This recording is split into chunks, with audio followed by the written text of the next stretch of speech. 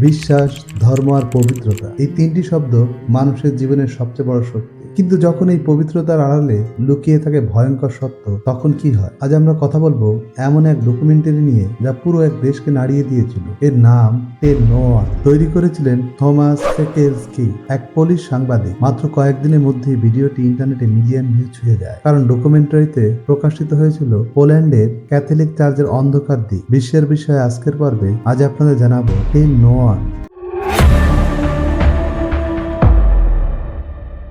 Poland ইউরোপের এমন এক দেশ যেখানে ক্যাথলিক চার্চ মানুষের জীবনের সাথে গভীরভাবে যুক্ত। দেশটির 90% মানুষই ক্যাথলিক ধর্মাবলম্বী। ধর্মীয় নেতাদের কথাই সেখানে আইন সমান প্রভাব রাখে। কিন্তু ঠিক সেই জায়গাতেই বছরের পর বছর ধরে চলছে শিশু নির্যাতনের ভয়ঙ্কর ইতিহাস, যা সবাই জানতো, তবু কেউ কিছু বলতো না।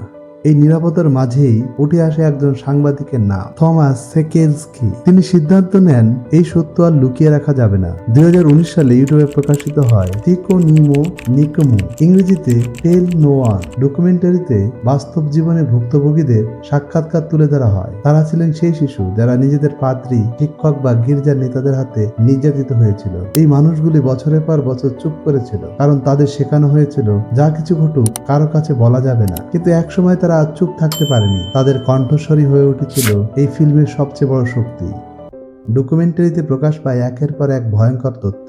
বছরের পর বছর ধরে অনেক পাদ্রী শিশুদের যৌন নির্যাতন করলেও চার্চের উচ্চপদস্থ কর্মকর্তারা তাদের শাস্তি দেননি, বরং অন্য চার্চে বদলি করে দিতেন। এভাবে দোষীরা নতুন জায়গায় গিয়ে নতুন শিকার খুঁজে নিতেন। এই ঘটনাগুলোর মধ্যে এমন কিছু ছিল যা পুরো দেশকে স্তম্ভিত করে ফেলেছিল। মানুষ বুঝতে পারল ধর্মের আড়ালে কত ভয়ঙ্কর অন্ধকার লুকিয়ে থাকতে পারে। টেল নো ওয়ান প্রকাশের পর পোল্যান্ড জুড়ে শুরু হয় তীব্র প্রতিক্রিয়া। ডকুমেন্টারিটি এক সপ্তাহের মধ্যেই 1 কোটি ভিউ অতিক্রম করে। রাষ্ট্রপতি, প্রধানমন্ত্রী থেকে শুরু করে সাধারণ মানুষ সবাই আলোচনায় বসে। চার্চ প্রথমে সব অভিযোগ অস্বীকার করলেও পরে তদন্ত শুরু করতে বাধ্য হয়। এমনকি ভ্যাটিকান সিটি থেকেও বিশেষ দূত পাঠানো হয় এই ঘটনাগুলো যাচাই করতে। সবচেয়ে আশ্চর্যের বিষয় হলো এই ফিল্মটি কোনো টিভি চ্যানেল বা প্রযোজক সংস্থায় নয়, বরং ইউটিউবে পোস্ট করা হয়েছিল। তাতে বোঝা গেল আজকের যুগের একজন সাধারণ সাংবাদিকও নিজের কণ্ঠস্বরকে গোটা বিশ্বের সামনে তুলে ধরতে পারে, যদি তার উদ্দেশ্য হয় সত্য প্রকাশ করা।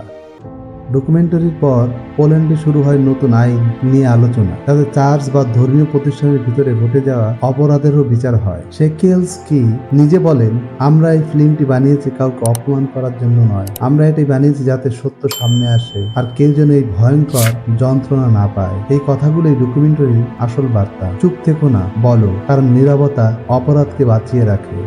টেল নো ওয়ান শুধু একটি ডকুমেন্টারি নয়, এটি একটি আন্দোলন, একটি জাগরণ, যা দেখিয়েছিল কিভাবে সত্য একদিন অন্ধকার ভেদ করে বেরিয়ে আসে। আমি বিশ্বের বিস্ময় আজকের মতো এখানেই শেষ করছি। দেখতে থাকুন আমাদের চ্যানেল, যেখানে আমরা তুলে ধরি পৃথিবীর অজানা গল্প, সত্য আর বিস্ময়ের কাহিনী। ভিডিওটি ভালো লাগলে আমাদের চ্যানেলটি সাবস্ক্রাইব করতে ভুলবেন না।